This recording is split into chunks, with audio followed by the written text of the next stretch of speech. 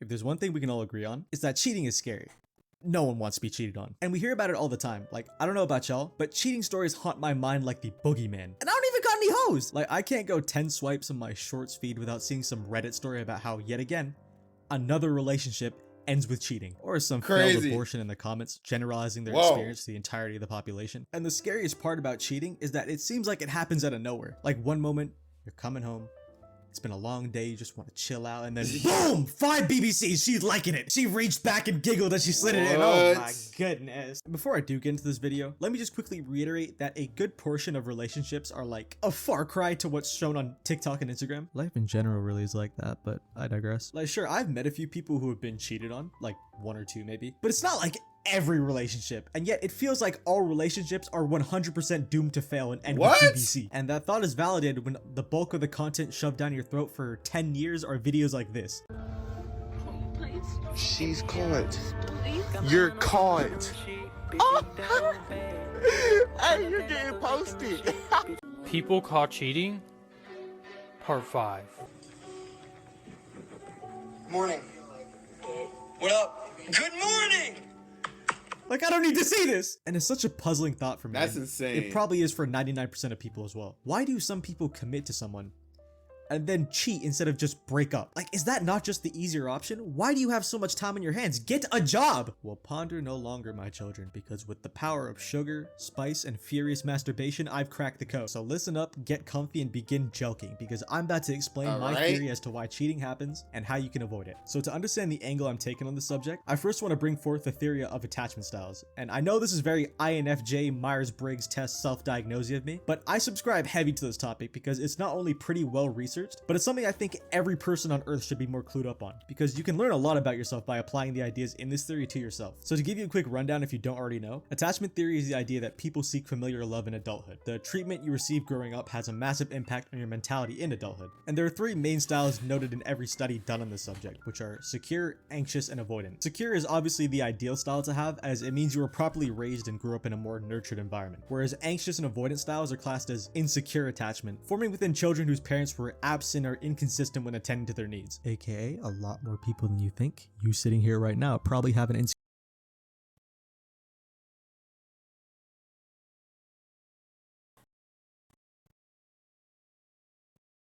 Why we catching strays though? Like, what the fuck? Secure attachment style. And as the theory states, we carry those childhood feelings into our Why we catching adulthood. strays? Those experiences are kind of frozen and internalized in our brain because it's what you grew up experiencing. You become used to the feeling of unsafety. And this creates either an unshakable fear of abandonment, leading to anxiety in the person being overly clingy, or leads the person to do the exact opposite and push people away because they aren't used to having their needs met consistently by other people. So to put it in layman's terms, insecure attachment creates insecurity because that's what the person is used to. And the reason this is important when talking about cheating is because when a person with these insecure thought processes goes through the struggles and obstacles presented in a relationship, like arguments, clashing mindsets, and jealousy, their mentality leads them to overthink, self-sabotage, and likely cheat. And if you think otherwise, you're wrong. No one by nature pushes people away or fears them leaving 24/7. That is a nurtured trait. And as an example of this fact, let me go and play you this video.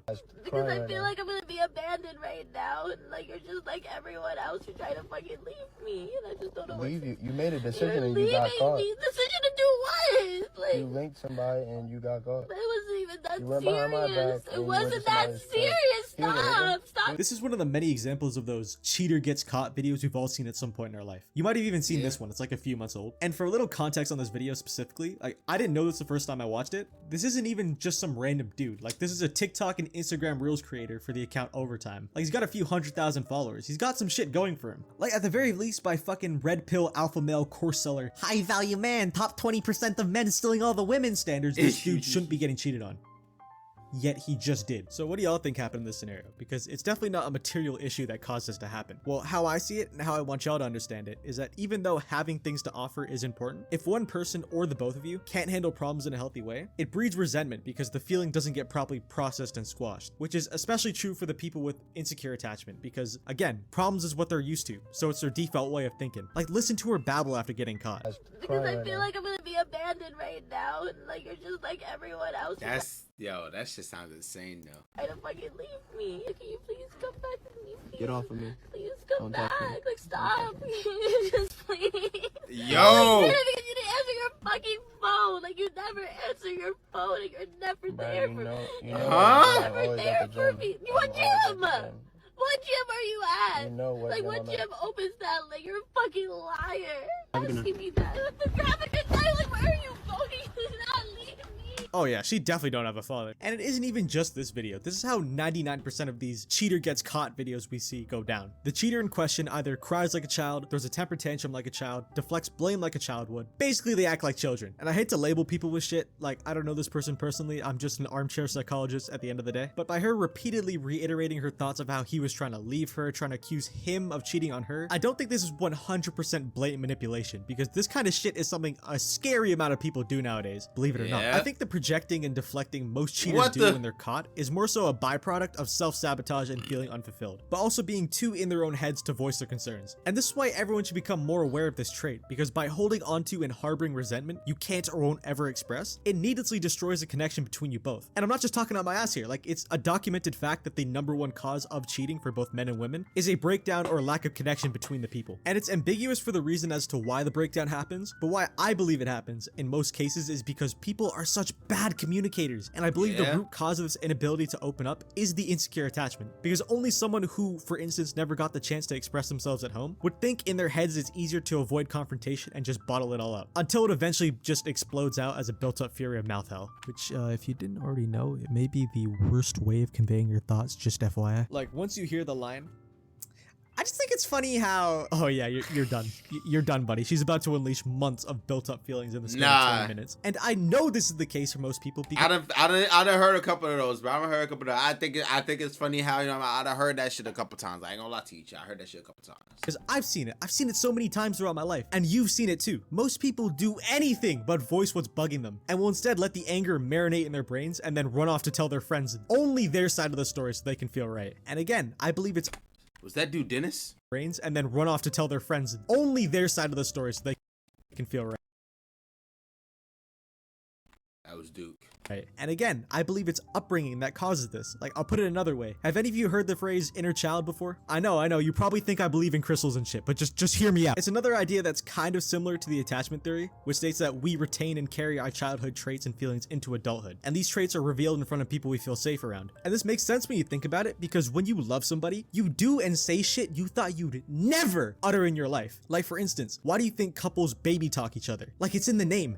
Baby talk. You act like children together. And because the people you feel safe around, aka your partner, bring out your quote inner child, the way you think and act around this person is somewhat influenced by that inner child. And if that inner child was dropped on his head, aka a lot of you, that dented and underdeveloped child brain will sabotage the connection between the two of you, causing one or both of you to look elsewhere and leading to cheating. And that, in my eyes, explains why a majority of people cheat. It's a deep-rooted issue that needs to be addressed by the person in question, otherwise it leads to toxicity, a breakdown in connection, and someone getting hurt. However, there's also just the simple fact that the cheater in question just isn't a good person, which is the scary part about loving someone for a long time. It's a commitment, not a feeling or a need. Some people will simply just see better and jump at it because they want it, but will still keep you around because validation. Why if I ever feel an issue brewing, I bring it up to my partner immediately, so then it allows me to process as something is happening and it Just look doesn't at this build clip. up into something later. Jesus. Yeah, they did. But they're good. We don't care about them. I mean, you used a terrible example. It's Duke Dennis. Who wouldn't do it, bro? It's Dookie Pookie, bro. Like, some of you are just beyond happiness. You don't deserve it! Okay, so now that I've explained the reasoning, let's get into what you've all came for. How can you, a certified boy lover, avoid getting cheated on, and how we can potentially eliminate cheating from the world? Well, first and foremost, it starts with introspection. If you're not a rich white kid with 2 loving parents who took you on bi-monthly vacations, you probably don't know what a good relationship is or how to handle and maintain one, because the average household is under massive stress, especially with the state of the world right now. You most likely haven't been shown what a real connection truly is. You may have daddy issues, mommy issues, anxiety, an inferiority complex, or worst of all, are attracted to feet. Whatever the case may be, you need to become, at the very least, more aware of these things before putting yourself through dating. Because if you aren't, you're gonna make mistakes, get hurt, and then turn into one of those fuck love ass kids. And we all know how gay those people are.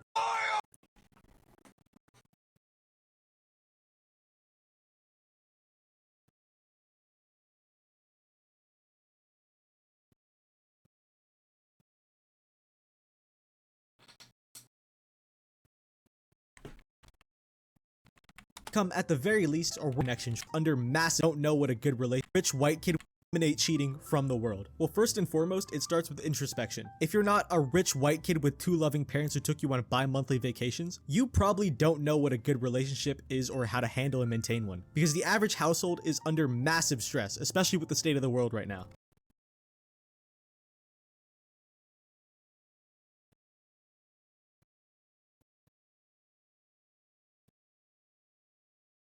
You most likely haven't been shown what a real connection truly is. You may have daddy issues, mommy issues, anxiety, an inferiority complex, or worst of all, are attracted to feet. Whatever the case may be, you need to become at the very least more aware of these things before putting yourself through dating. Because if you aren't, you're gonna make mistakes, get hurt, and then turn into one of those fuck love ass kids. And we all know how gay those people are. I loved her! And once you've done that,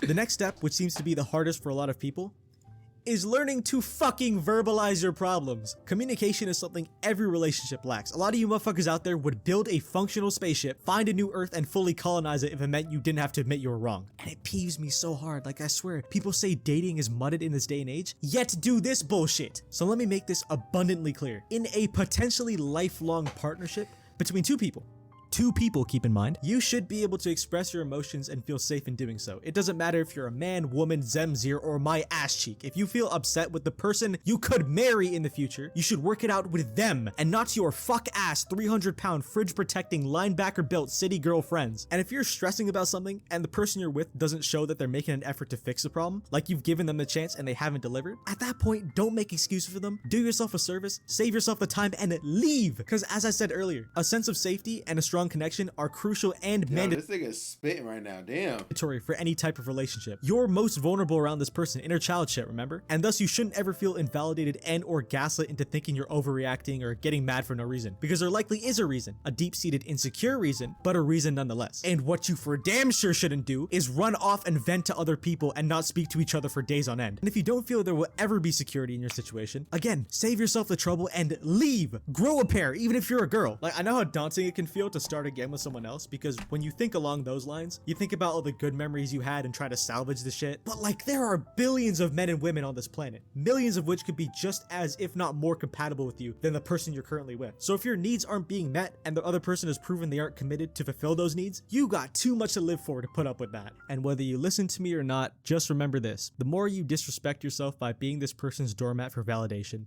Okay. the more bodies are racking up behind your back. Okay.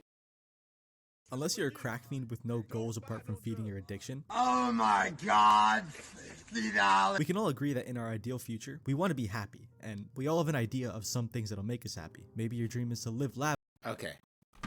Alright, chat. Let's get into it, bro. I want to see this cart right there. Oh shit, both the things downloaded. Hold on. Hold on. Now I'm gonna get on 4. I'm gonna get on 4. Squeaks, you ready? Squeaks, are you ready? Damn. Sure, you locked in, bro. Damn. She is locked.